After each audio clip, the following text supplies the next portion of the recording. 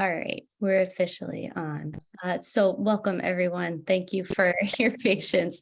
This is the How to Be a Market Vendor webinar hosted by the Economic Opportunity and Development Division.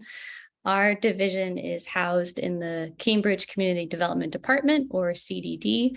And quickly, our mission statement: we are committed to building an inclusive and sustainable economy in the city of Cambridge. The division is responsible for a wide range of activities designed to meet the city's needs for a vibrant, innovative, diverse, and thriving economic base that ensures economic opportunity for all.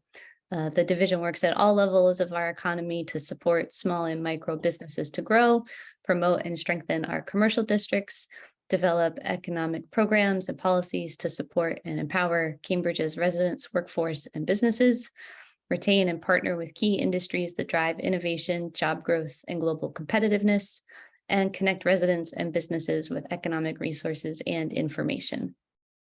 This webinar is part of Women's Business Month. Every October, the City of Cambridge celebrates and honors the women business owners of our local economy by hosting special events, webinars and trainings, and vending opportunities for women-owned businesses. I'm Christina Delicio. I'm an economic development specialist, and I'm joined today by my colleague, Sarah Jane Huber. Together, we will be moderating this evening's discussion. And before I introduce our guests, I want to just quickly go over some housekeeping things about this particular Zoom webinar, now that we've got it all sorted. First and foremost, this webinar is being recorded, and a copy of this webinar will get posted to the division's website. All attendees are muted and have their video disabled. Attendees may use the Q&A feature to ask a question, and Sarah Jane is going to be monitoring the use of that Q&A throughout the discussion. If there's something urgent, she can alert me, but I will also be sort of pausing at opportune times just to check in and see if there are any questions that have come to the surface that Sarah Jane wants us to be aware of. This is a pretty casual webinar. If you need to take a break and run to the bathroom, if you have kids, pets, anything that might be going on, certainly don't feel like anything needs to be shut out. And with that, I want to dive into bringing our wonderful guests to the forefront. It's my great pleasure to have two incredible women with us tonight who are doing great work in the world of markets. With us, we have Manoucheca Lord. She is the program director for Popportunity in Central Square. And we have Kali Tabor, who is a market vendor and owner of Tokens of Light. I can't thank you both enough for your time and your expertise here tonight and your willingness to talk with us. And without any further delay, I am going to kick it right over to Manoucheca. If you wouldn't mind maybe telling us a little bit about your role and how you would maybe describe your job. All right. So good evening, everyone. I want to clarify something. By day, I am a teacher counselor for a nonprofit in Cambridge. So my hands, my mind, and everything in between is occupied with young people. And when there's time, especially on the weekends, I manage Popportunity. That is right behind H Mart in that parking lot, lot 5. And so my typical job, or let's say description of what I do for that role as a program director, is looking for vendors, small business owners who are willing to participate because it is a free program, but also managing the social media and communicating with different small business owners with maybe some of their issues that they may be having with their business, and reading up on different ways that I can improve this new nonprofit, because there's a lot of markets happening, but we want to make sure that this market is something that is low cost and a real fun experience where they also have the opportunity to build community. That's wonderful. Thank you. Kali, we would be grateful to hear a little bit about Tokens of Light and how it is that you came to be a market vendor. Yes. So just like Manoucheca, I have a full-time job during the day as well. And so I started doing this during the pandemic. I started a company called Tokens of Light. Initially, it was for my niece, who at the time was 8 years old and was quickly aging out of children's clothing. And I wanted to curate a store and a space in which she could shop as she grew and didn't feel the pressure of kind of growing up too fast, going from children's clothes to women's clothes. I started at Popportunity, which at that time COVID was still very, very new. And we set up tents every week, and it was a week to week thing. And then I grew to having a pot of my own. The idea behind the brand mainly now is to include women of all sizes. I go from sizes small to 3XL in most styles, and I curate the space. So that basically just means I buy wholesale and resell. So I'm not always able to get everything in every single size, but that's always the main goal. That's awesome. I might stick with you for a minute, Kali, if you don't mind. I would love to hear a little bit about what made you first think about vending at a market. When you were thinking about launching this business, what was it that made you think that that was sort of maybe the place to get started? So my background, I lived in New York for many years, and I did have another small business, and I would do street fairs in New York. At the time, I was definitely not as well versed in markets and street fairs as I am now. So I lost a lot of money very quickly. But when I moved to Cambridge, my sister, who also has a business called Mahogany Expressions, she had been doing markets, the Black market in Boston and different markets. And she was explaining to me that markets are really a great way to put yourself out there, and you meet such a variety of people. And so for me, I've been very lucky in really understanding what people want to buy when they shop, right? We go to big stores like Target, and they kind of choose for us what the fashion is and what the style is. And this allowed me to keep that person to person feel for my online store. It's really interesting to hear about some of the experience that you've had prior to here with markets. I'll probably be circling back to that shortly, because I think it sounds like there's a lot there to talk about.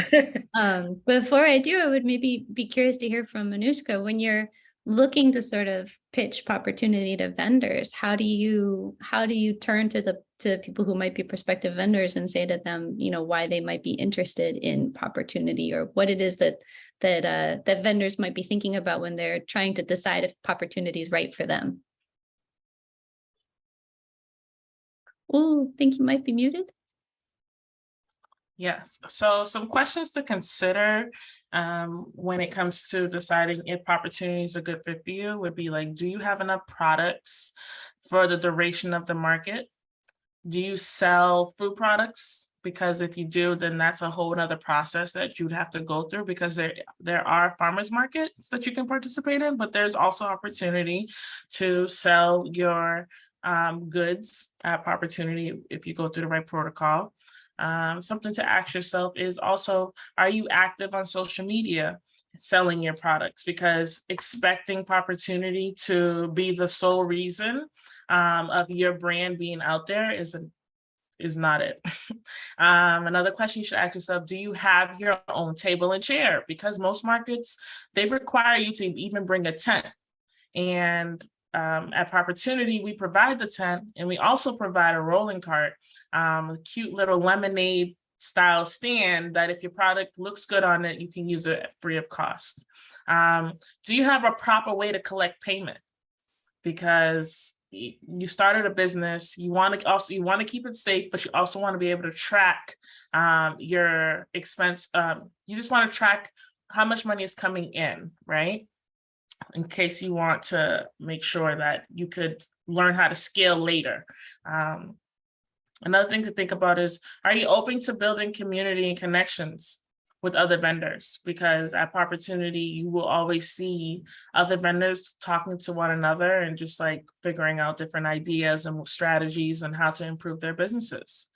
Do you have a product that can withstand a variety of temperatures? We are an outdoor market. So if you sell candles or lotion, sometimes people say extreme weather might make it melt. So that's things to consider. It doesn't take, you shouldn't not do a market because it's too hot. You just figure out a way to make sure that your products are in good condition when you are trying to sell it.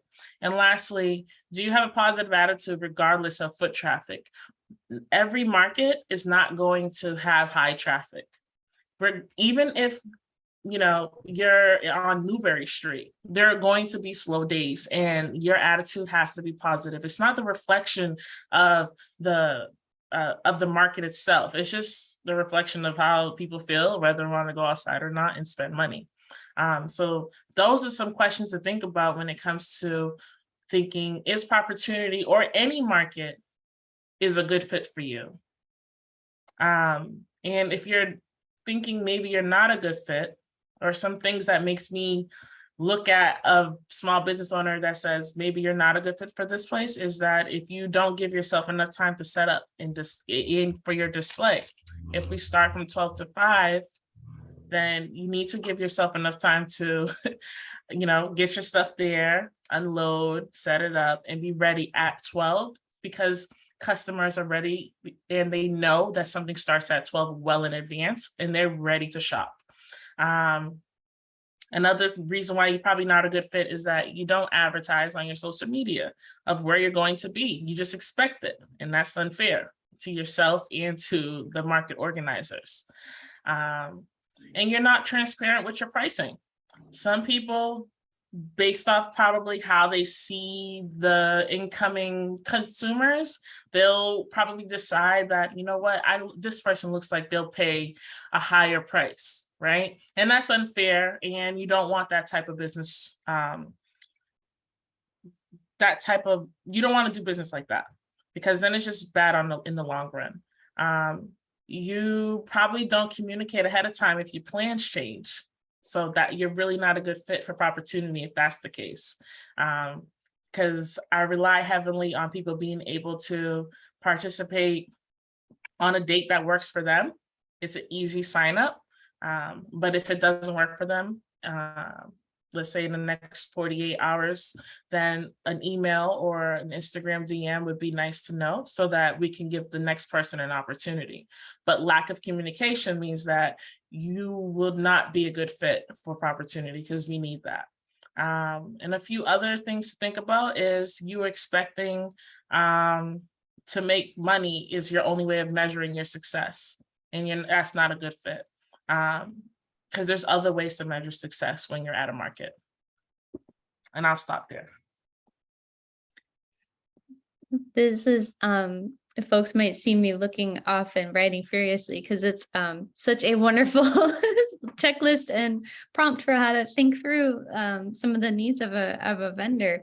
I would have to admit, I saw Khalid nodding along and laughing at times. It sounds like some of those things really resonated with you and with your experience. Do you feel comfortable sharing some No. thoughts or I don't even know where to start from where she said, but so I'll start from the last point. Is money is not the only barometer for how successful the day was.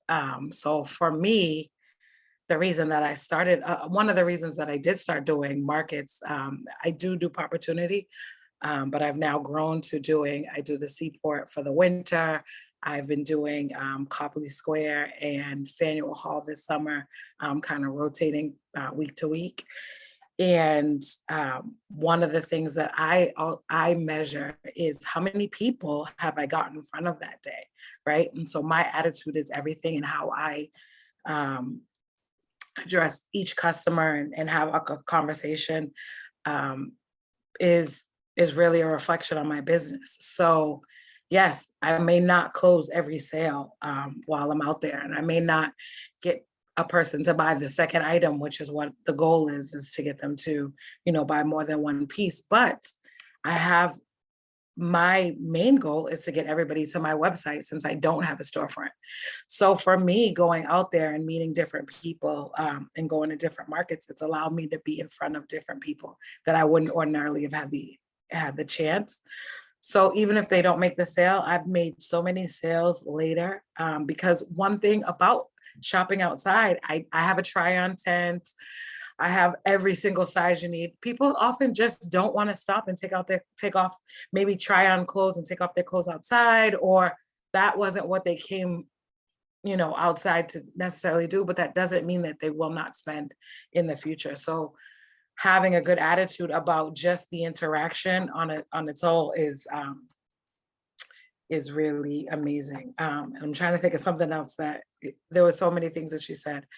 Marketing yourself, which is something that I am still struggling with, is really important to do because we're now in a space that people are more attracted to your story and the story of the brand than just the purchase, right? Like it's not back in the days when there was only Lee jeans and Levi's and you just had two choices.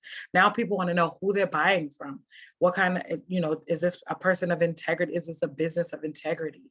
Is this going to be something that I'll be able to, a place that I'll be able to purchase from again, if I love the jeans or if I love the sweater, will this company be around? So there's a lot more of selling yourself. And I think social media is an amazing tool to do that. And you do have to do that, people, because they're really interested, right? Like I do have repeat customers that come every season. And what I love about them is they tell me what they've seen other places and they say, can you get something like this? So it not only am I not losing, I'm understanding, just more fashion as a whole. That's awesome. If you don't mind, Kalia, I might stay on you for just one Sure. more moment. I think your business is so interesting. The product that you offer is so interesting. Like you described, like some people aren't comfortable trying on clothes like that in public. Like you manage to offer something that is in a space where maybe it would be a little tricky to set that up. I would love to hear a little bit about like what your process was for coming to a point of maybe getting like a good checklist for yourself. Like, how did you get to that spot where you're like, all right, I know I need one table. I need to figure out a makeshift dressing room. Like how was that iterative process for you? So the checklist does change per place. My new feelings about it is I kind of pack up my car with everything that I think I'm going to need because I'm pretty sure that I will. But I just basically try to figure out where I'm going to be, what the event is about, where the location, the location, if it's tourist, recently in the last couple of weeks, I've been at Faneuil Hall and it's a lot of tourists, right? Oftentimes they don't bring a jacket. Oftentimes they don't bring something heavy. So I'm selling these jackets and every week I sell out because I say, oh, I got to bring the jackets because as they're walking through and it gets colder and colder as we get closer to 6 o'clock, they're cold. And so now I'm making all these sales. So I basically figure out where I'm going to be and then think about what the consumer that's going to be in that location, a need of that particular consumer. For me, I don't carry a table because I used to, but I don't right now. I don't carry a table. I just carry 3 racks and I allow people to kind of just sift through the racks. I make sure I have a backup of everything that I'm selling so that maybe 2 best friends come and they want to have the same matching outfit. I don't want to just bring one medium, right? I want to make sure I have 2 mediums so that I can sell them both and then they can both go about it. And I heavily advertise that I'm online. So that's another way I solve that problem. My checklist, I make sure I have enough hangers. I make sure I have enough bags. I make sure I incorporate all those things into my bags, my hangers, into the cost. What are some other things? I always have zip ties because you never know what's going to happen. You always have bungee cords because I have a lot of the places, they require you to bring a 10 by 10 tent. Like Manoucheca said, I'm so lucky at Popportunity, my stuff is there. I just open my pod and I can just pull everything out. But when I go to other places, I have to carry a tent.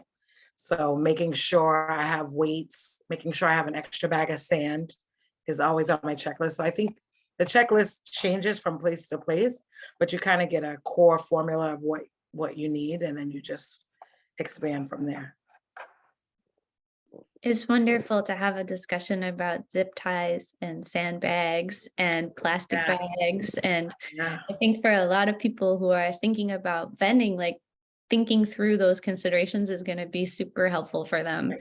And I'm Right. sure everyone's had that moment where they show up maybe for their first market and they're like, oh no, I need Right. X supply and I don't have it.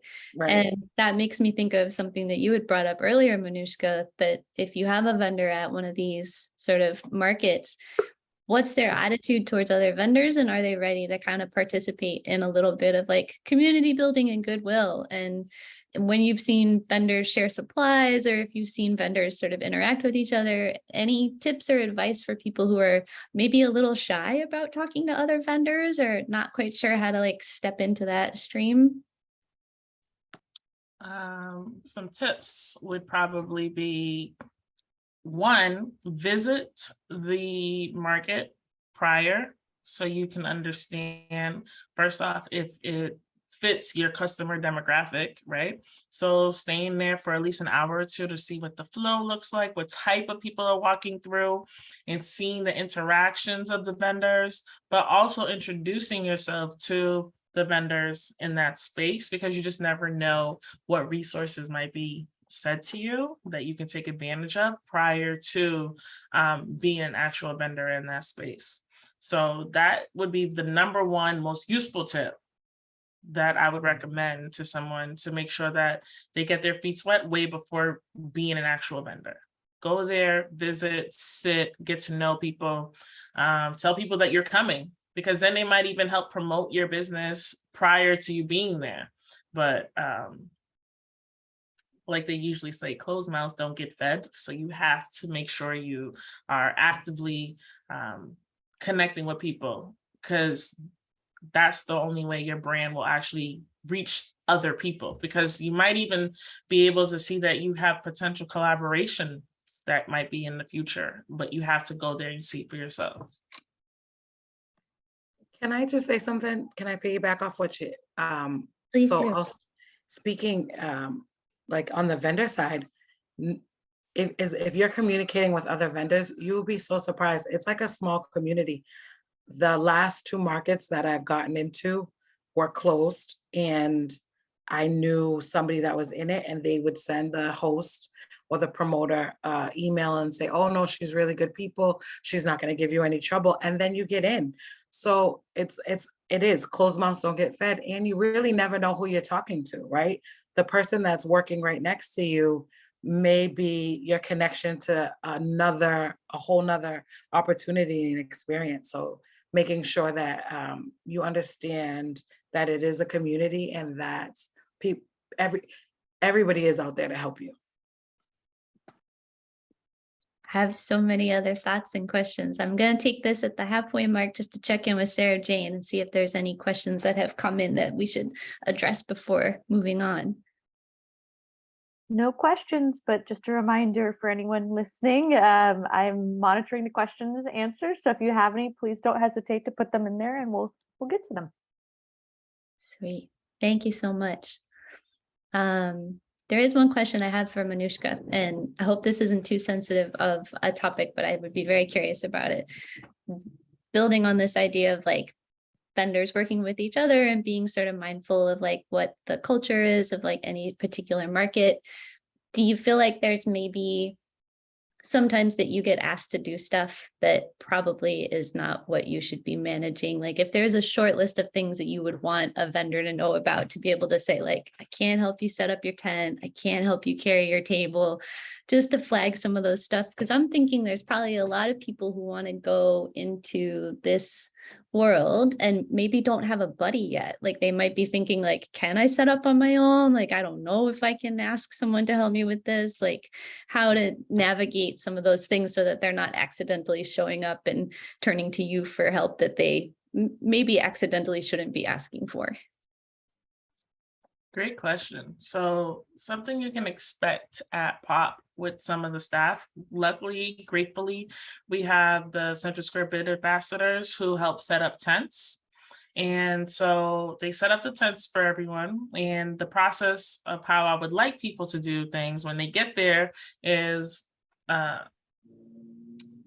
they would greet the bid staff. They're there already. And it is first come, first serve. Whichever tent you see, you may take. There's no special tent. Every tent looks the same. People are going to either walk in from one direction or the other. So people will see you. And if you have an amazing setup, they will gravitate towards you. And I think that's what people need to realize when it comes to at least the pop space, right? In other markets, they're probably like that little sweet spot that everybody wants to be at because they think the customers will see them first. Totally understand, very strategic, love it for them. But the things that you can also expect from us is that this is a safe and it's healthy and it's a cooperative work environment. I don't expect people to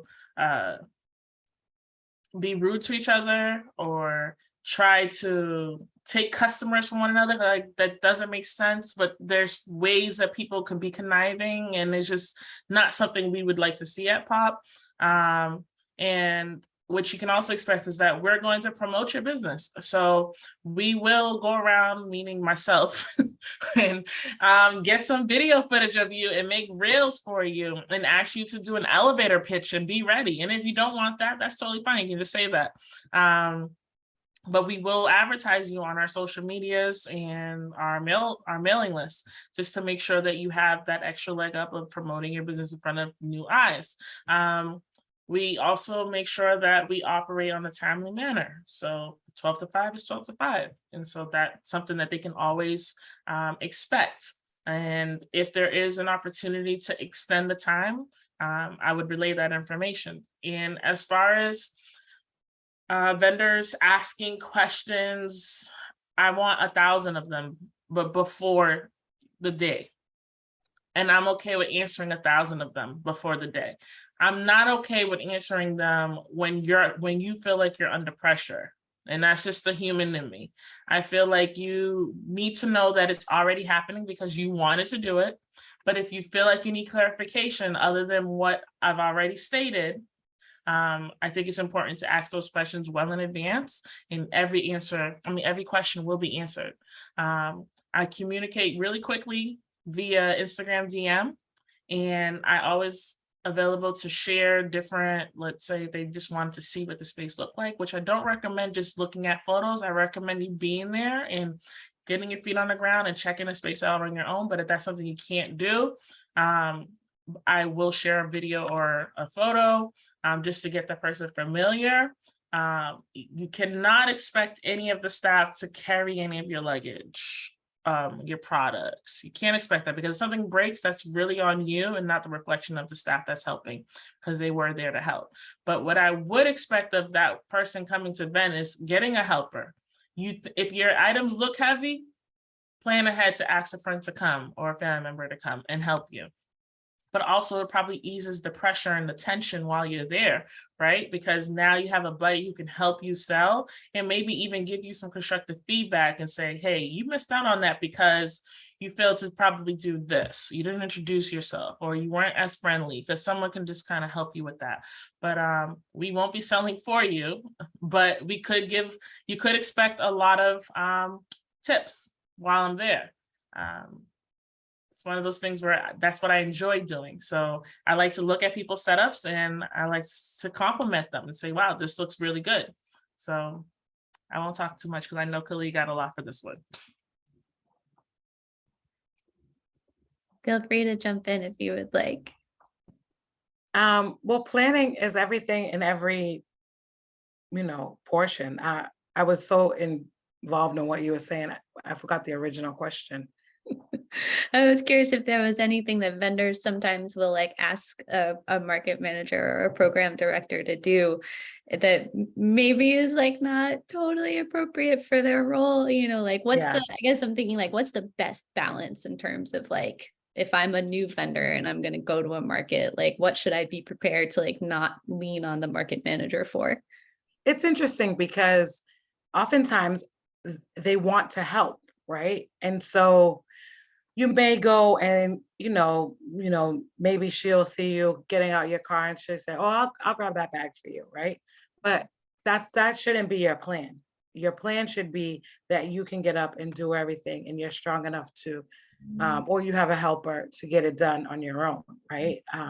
I've been, like I said, I've been doing a couple of markets around Boston.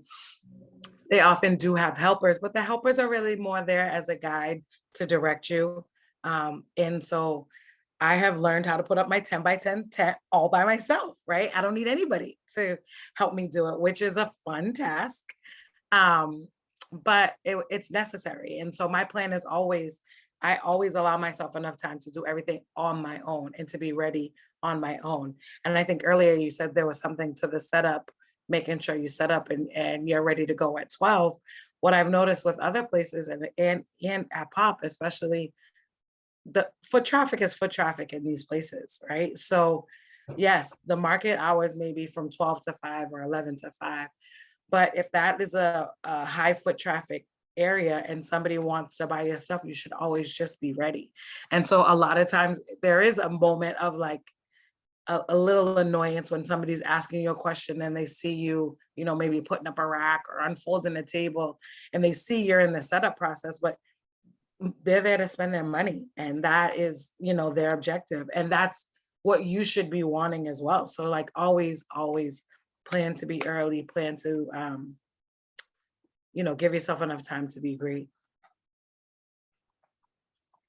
If you don't mind, Kalia, I might stay with you for a moment, because one of the things that we were thinking about when we were putting together this webinar was we would love advice about how to engage with different kind of customers, how you think about different customers. I know at the top of this, we were talking about how for you, like a measure of success is how many people you have driven to your website, like those individual points of contact, like not just a sale, it's about like building a bigger network. But I'm also thinking, for some markets, you are there for what, 8 hours? And that is a lot of potential quality time with the public. And Right. for someone who's maybe never experienced that, I've seen some vendors get pretty overwhelmed. So any Right. tips for how to even just moderate that level of like sometimes really intimate connection? Because as you were saying, people are really interested in your story, then that's personal stuff. So Right. how do you manage that piece? I haven't learned how to yet. So I am a talker, just in general. In college, I started bartending and then I went into a field of hospitality. So I feel like talking for 10 hours a day is kind of what I've been doing for the last 15 years. And I love it, right? Because, you know, for me, I used to say there was no greater satisfaction than like, you know, explaining a dish and people actually buying the dish and enjoying the dish. Now I feel like that way about a sweater or a jacket or a good pair of jeans. So to me, I really do enjoy when people want my attention and want my opinion and helping them look their best or feel their best in my clothes. So, you know, I have to remind myself that that's why I'm there, you know. I cannot lie. Oftentimes at 6 o'clock or 7 o'clock when I'm done, I don't want to talk to anybody else. My joke always when I get home is like, I can't smile anymore, guys. So don't look for a smile or an expression from me. But, you know, they're there for the market, but I look at it as they're there for me. And if somebody came to your house, you wouldn't go take a nap midway through, right? You would make sure that you serve them all 4 courses that you were planning, and you gave them tea and you gave them dessert, and you made sure that, you know, they left satisfied. And that's how you have to look at your tent. That's your real estate. That's your house. So when they come to your real estate, you have to make sure you give them the full experience and they walk away feeling, you know, good. I think there was, when I was in college, I used to say, if somebody has a bad experience, they tell 10 people, but if they have a good experience, they only tell 5, right? So if I want to make sure 50 people know about my good experience, I have to have good, positive connections with everybody that I meet. So yeah, there is the day after, I don't want to talk, but I enjoy those moments when I can have them. That's wonderful. I don't know if this is something that either of you would feel interested in responding to, but I'd be curious to hear about. I know it's not exactly the same, but I feel like when I've done some event planning, there's always stuff that comes up where I'm like, oh, I didn't know that I always need to have someone who's on photo duty, right? Like there's some of those things that you learn where it's like, oh, turns out that's a specific job and I have to remember to set it ahead of time. When you're at markets, do you feel like there's a particular task where like you need to just delegate it to somebody else, or you need to take care of it ahead of time in order to feel like your operation is sort of set up smooth or the way that you like? I can start. For me, I often go by myself. So there isn't anybody to delegate it to, but the timing of things. So I do try to take a picture of every single booth and myself in the booth so that I could possibly put it in my stories, or so I know just what it looks like. And if anybody ever asks, um, so that's something that I have to remind myself, like I can't be late because, like, for example, at Faneuil Hall, people start trying to shop at 10 o'clock, right? Even though 11 is the starting time. And so if I just get there at 9:45 and put my 10 up and just make it, I never get the picture. And that's important to me to chronicle the whole, like for the summer, I was trying to chronicle the whole summer. This year, I kind of did every single market that I was allowed to do. And so the picture reminds me of that day, how much money I made, how many interactions, and like names. I'm really big on trying to remember people's names and when they came to shop or what they bought. So making sure I take that picture, and that's just my system. But I think as you go through things, you learn, just like in any event planning. You know, the first time you do it, you may forget the photographer, but by the 15th time, you know where the photographer should stand at every single point. So I guess I would just encourage people to get out there and do it, and then to continue to do it. Even if the first time, you just make the market fees and gas money to go back home, right? Consider that a success, because everything you learn from that should be what you use for the next time, and then you can double your money. I agree with everything Kelly said. And I guess on my side, as the organizer, this time around, I feel like I worked a lot smarter. For the people who wanted to just participate in one-day pop-ups, meaning they weren't in the pods like Khalid's in, because that is something that's decisions are made well in advance for that one. But the one-day pop-ups allows you to sign up on a day that works for you, and the links in our bio and on our social media. And so it allows people to know what the rules are ahead of time, and choosing a date that works for them by simply putting an initial under a date, and it clearly states how many spots are available. So that strategy of signing up, I wanted to make sure that it was less stressful for the consumer. And they were able to really control how they wanted to show up and when they wanted to show up based off the parameters that I set. And when it comes to the social media and documenting what's happening, it's me behind the scenes. So I do my best when I'm there to capture as much as I can to give the people who probably have never been there an experience of what it might be like. But also, I think it's extremely important, like we said earlier, capturing the stories of the vendors. So you can see like where you can learn more about why that person is doing what they're doing as of today. If that answers the question for you. Before we proceed on, I might do a quick check-in with Sarah Jane again, just to see if any other questions have come in. Yes, we got a few questions. Hey. So the first question is from Latoya Lewis. Will there be a opportunity for the winter, and how do I apply? If winter pop-up is planned, will you provide heater for the colder months? Kali and I have suffered in the winter. It is very cold to be in an outdoor market. We decided not to do an outdoor market as of right now, October 25th. Decisions might change if there's enough time, but we are currently in brainstorm season where we are just shutting down and making sure that we can come correct next year, starting in May.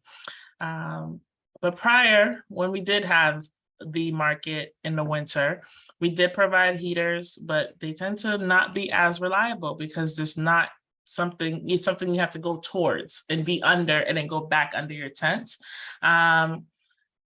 So personally, we're not doing that right now because it's suffrage for everybody to withstand 5 hours in inclement weather. Because you have to be there the whole time. I just want to make that clear. It's like, you can't just be like, oh my gosh, it's so cold, I'm going to pack up and leave. It's like, there's no packing up and leaving. You sign up for 12 to 5, you figure out how to stay warm, and you maybe have a buddy to rotate out, sit in the car, come back and go from there. That's probably a good strategy if that's something you can do. But not right now, no. Thank you. Got another question. This one is from Daisy Heb. Do you make a paper list of each customer's contact and purchase? I had a Square sale that didn't go through. It was an offline sale and I didn't get the notice until I got home. Also, I swear I look at every single one and make sure it says approved. So I think it had to do with the processing after I got back online.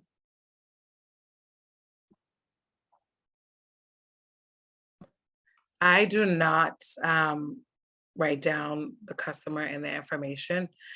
I, for the most part, use my hotspot. And I've never really run into an issue with running a payment when they were online. The wonderful thing about Square that I noticed was one time I did have a decline offline. And then by the time I got home, they must have kept running the person's card until it went through, because ordinarily they ensure you that you can take payments offline. And so I think that they have some type of system. I'm not sure what happened in your case, whether you didn't sync back up to Wi-Fi in time, but I know that if you call them, because they do have the credit card, they often will help you get that payment. But it only happened to me one time. I do like to add, in those situations where maybe you cannot rely on Wi-Fi or something is just not going right for you, think of other sources of ways that you can collect payment and or collect emails, because your email list is extremely important in growing your business. Because if social media decides to just say, you know what, I'm gonna take a hiatus, where will you find your customers if only through social media you were talking to them? So I would highly suggest you guys create an email list, maybe using programs or softwares like MailChimp or ConvertKit. And especially if you sell online, it will be beneficial to you to be able to have these conversations with the people on your email list automatically, especially if they go on your website, and then it can basically tell that customer, hey, you forgot something in your cart, and they can fulfill that purchase later. Thank you. I've got one more question. This one is from an anonymous. I used to live overseas and participate in a couple of markets selling my family's secondhand clothes, most of them vintage. Is this allowed here in Cambridge? Do you need to have a business, or can you do it as an individual? Also, how does sales work regarding giving receipts? Is it mandatory? Of course, all the income will be reported to the tax return. Thank you for the question. As long as, my idea of being a vendor is that if you can make anything a business, because anything is a business, then make it a legitimate business. It doesn't matter where it came from, it matters how you sell it. Making sure that that vintage clothes is in good condition to sell. And there's no restrictions on that. The biggest restriction, if anything, is food. There's a lot of protocols when it comes to food, but when it comes to like vintage things, that's something that a lot of people are doing. So please don't hold yourself back from that. And when it comes to Giving receipts. Some customers may ask for it, but in my experience, I haven't noticed it.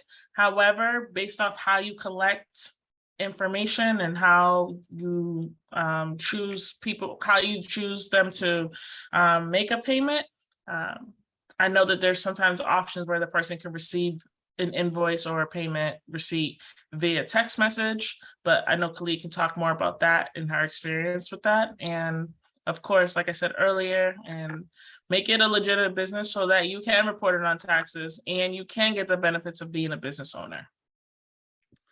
Also too, when you are applying for different markets, some of them won't take you unless you do have, unless you are a legitimate business and you do have an EIN or have reported it with the state of Massachusetts.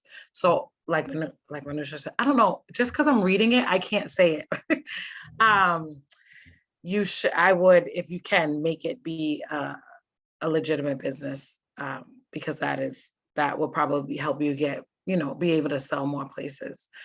We have so many secondhand and vintage kind of companies around Cambridge, so you would fit right in. And I might say that I'll ask my friend Sarah Jane here, if she doesn't mind. You can send this person who's coming up as anonymous my contact information, so that if they would like to email myself, I can follow up with some links and resources about where to do some of the things that were mentioned here, like how to get an EIN number and how to check to see if there's a permit or a license that you need in the city of Cambridge. So if that person doesn't feel comfortable sharing their contact information, you can feel free to share mine. Thanks, Christina. If it sounds like those were the only questions, I think I might ask one last question of our friends. Does that sound like it was all, Sarah Jane? Oh, yeah, go ahead, Khalid. I think the woman's name was Daisy that had the question. If you are running into situations where you can't process through Square, I suggest you get like a secondary payment. And I don't know if that's what was shared earlier, but like I use everything actually. I use PayPal, I use Cash App, and I use Venmo, all linked to my business account, because even like myself, sometimes I might be out with just my phone and I might want to use one credit card and that's not on my Apple Pay, but it's linked to my Venmo or whatever the case may be. So you also don't want to limit your sales by just using Square, if that's helpful. This actually sort of segues nicely into the last little bit, I think. Folks have maybe heard a lot of reference to various different resources tonight, like for people who might not know Square, or for people who might not know some of the things we're talking about. I would be curious to hear if there were some resources that you both turned to when you were first sort of getting involved in this world, like whether it was a Facebook group that was really great for just asking general questions to, like, hey, do you have insurance? And if so, what kind do you use? Or like, hey, how is it going with that platform that you might be doing? Any resources that you feel are really good ones for people who are getting just started into being a market vendor. Some resources that I would suggest is, one, listening to podcasts, especially like breaking down your business. It's like 20-minute episodes, and it'll talk about like things you've learned when it comes to like networking or useful tools or small business advice. Another one would be like joining your local chambers of commerce, because you have access to professional development workshops. There is a yearly fee. However, they do help you find clients and talk more about your products and just different types of service providers to help you grow your business, on top of talking to you, Christina, of course. And then something that I've used in the past is getting a mentor. You can't do this alone. And one place I would definitely recommend folks to, a website I would recommend for everyone to visit is score.org, SCORE.org. So whatever area you need help in when it comes to your business, whether that's in the accounting or it's to marketing, which is like 90% of your business. They can match you with a professional, and it's totally for free. You set up the time that works for you. And these professionals are people who are retired, but they've been there, done that. So this is a great resource. And lastly, use sites like Canva when it comes to creating marketing material for your business so that you can achieve a certain look online and offline so people can really recognize your brand. But don't solely rely on that, because if you really want to make sure that your brand is not manipulated, definitely get somebody who can like a brand strategist or a graphic designer on your team, and don't be afraid to pay for these things. Like you can go on websites like Fiverr, Fiverr, I believe. And you can find people to create really seamless looking logos, modern logos. There's a lot of things that goes into making sure that your business is legit, but also looks legit. And I really hope that, folks don't just do it because it's not only because it's fun, but because you want this to change your life and the lifestyle that you currently have. So yeah, those are my 5.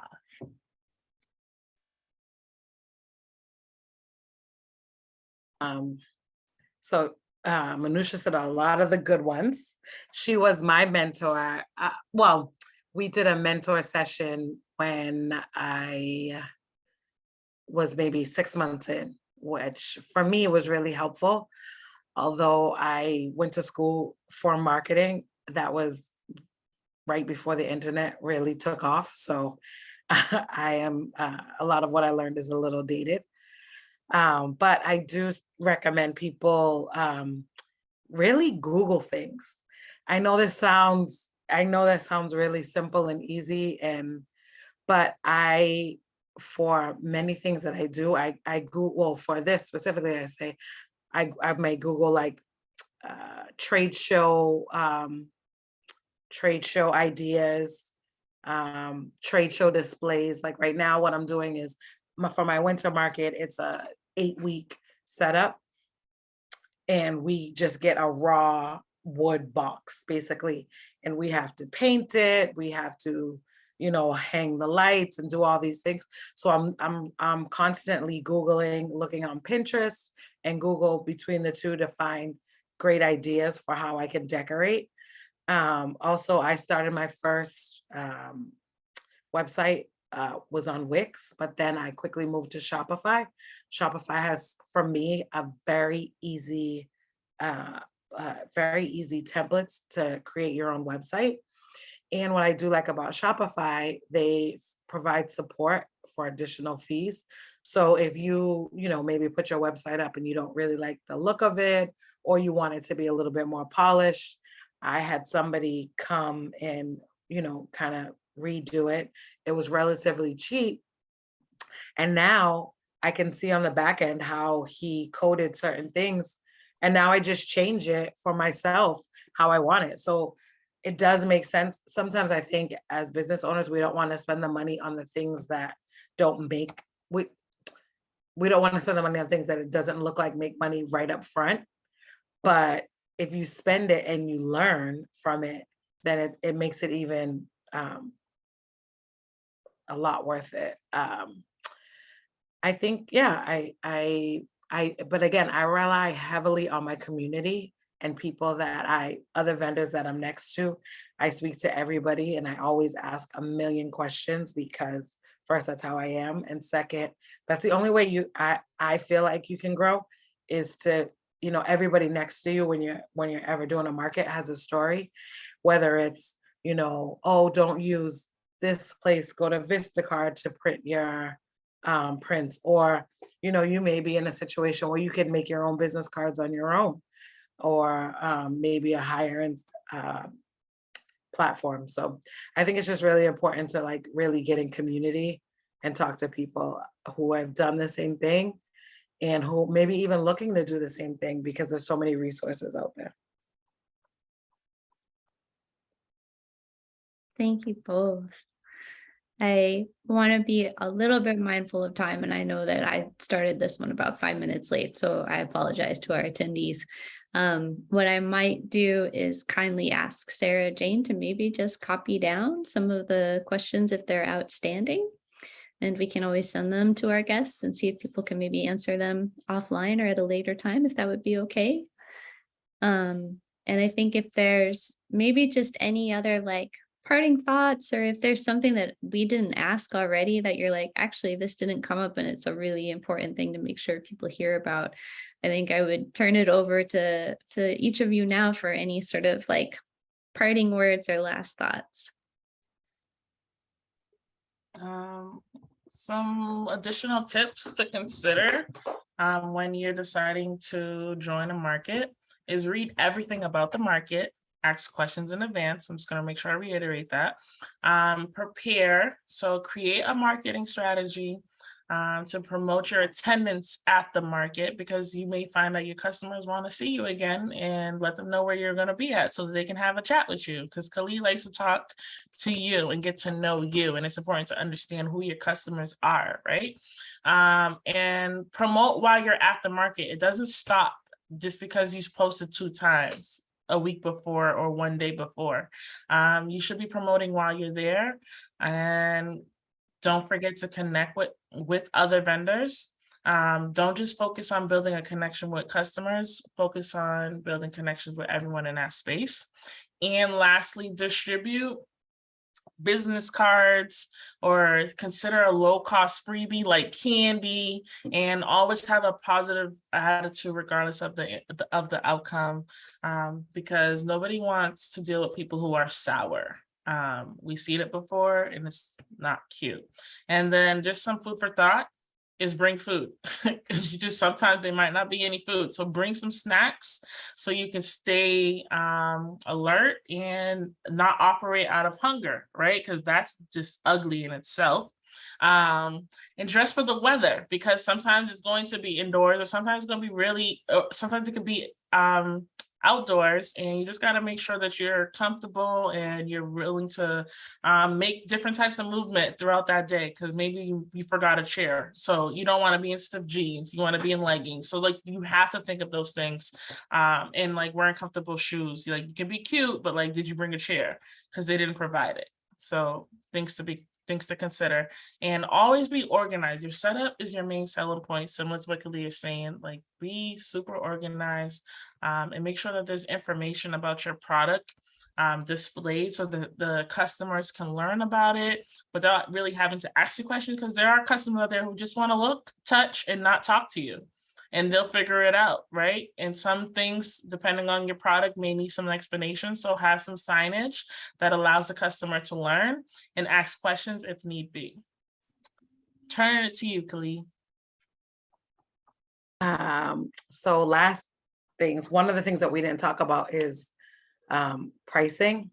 So each place that you go to will require different prices and different pricing.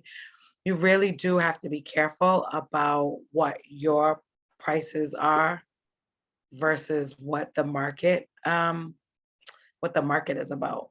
And I'm just going to give you a brief example.